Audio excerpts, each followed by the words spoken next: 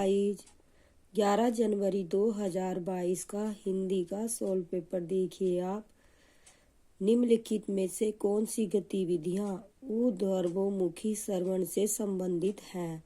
Option A, पूरे संदेश को सुनकर पृष्ठभूमि का ज्ञान सारांशीकरण के लिए प्रयुक्त करना।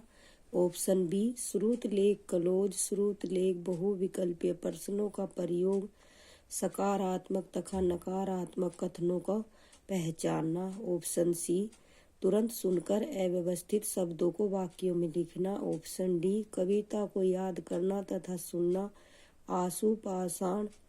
आशु भाषण वाद विवाद परिचर्चा इत्यादि। इसका आंसर होगा ऑप्शन बी। देखिए आप, श्रुत लेख क्लोज श्रुत लेख बहुविकल्पीय प्रश्नों का प्रयोग सकारात्मक तथा नकारात्मक कथनों को पहचानना। इसका आंसर होगा ऑप्शन बी।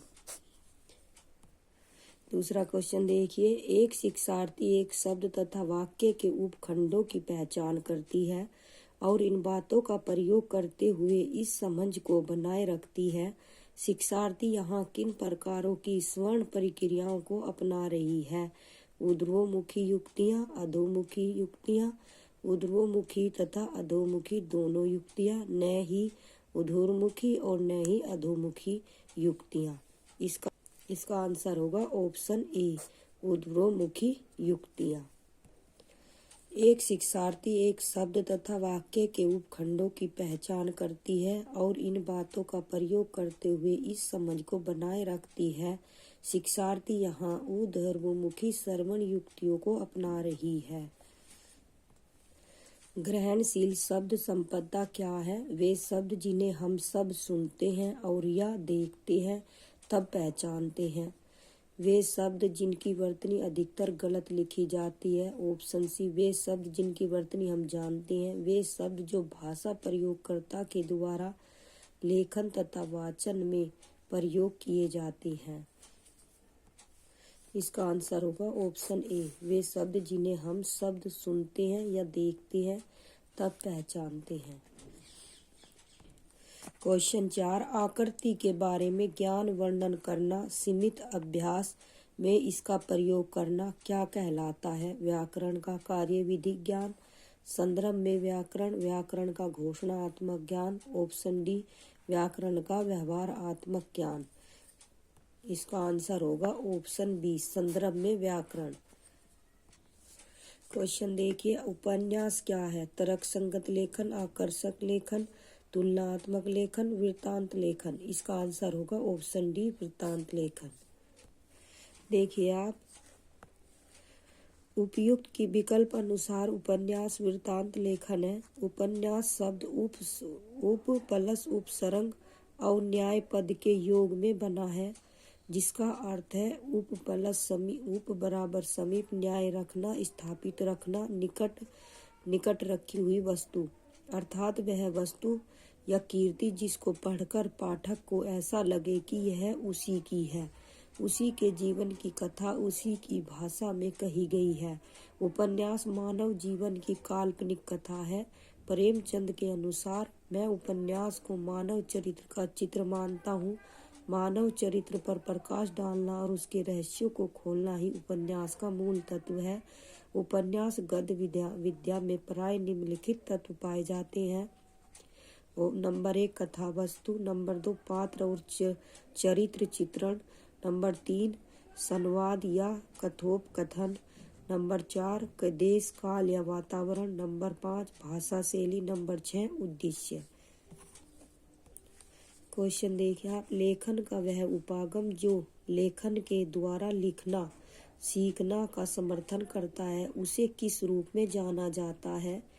इसका आंसर होगा प्रक्रिया उपागम। ऑप्शन बी, उत्पाद उपागम। ऑप्शन सी, संज्ञानात्मक उपागम। ऑप्शन डी, रचनात्मक उपागम। इसका आंसर होगा ऑप्शन ए, प्रक्रियात्मक उपागम। देखिए आप, लेखन का वह उपागम जो लेखन के द्वारा लिखना सीखना का समर्थन करता है, उसे प्रक्रिया उपागम कहा जाता है। कुछ सीखने का तरीका जो सीखने वालों की मदद करते हैं के लिए कक्षा की गतिविधियां तकनीकों का उपयोग करता है वह उपागम कहलाता है। निम्नलिखित में से किसे लेखन का आकलन करने के लिए सम्मिलित करना चाहेंगे?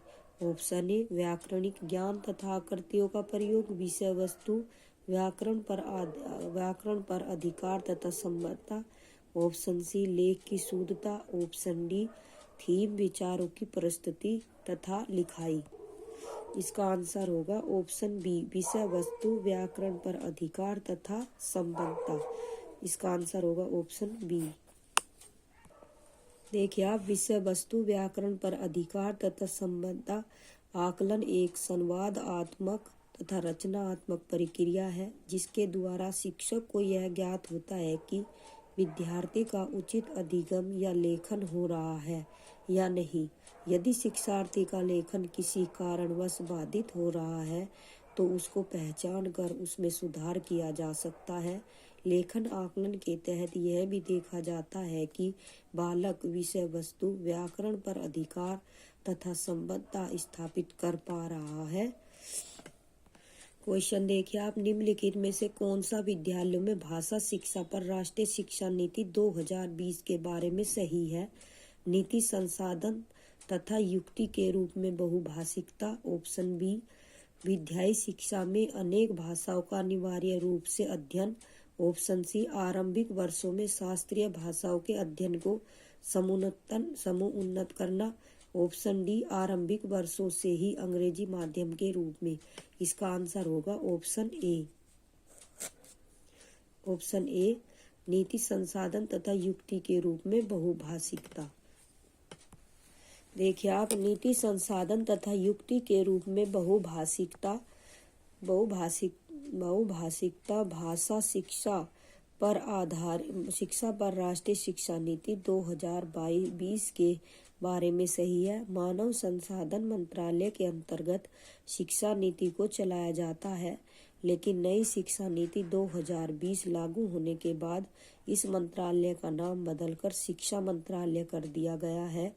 नई शिक्षा नीति की शैक्षणिक संरचना 5+3+3+4 के हिसाब से की गई है। NEP की 2020 के अंतर्गत 5वीं कक्षा तक के छात्रों को मातृभाषा, स्थानीय भाषा और राष्ट्रभाषा में भी अध्ययन करवाया जाएगा। भाषा के चुनाव के लिए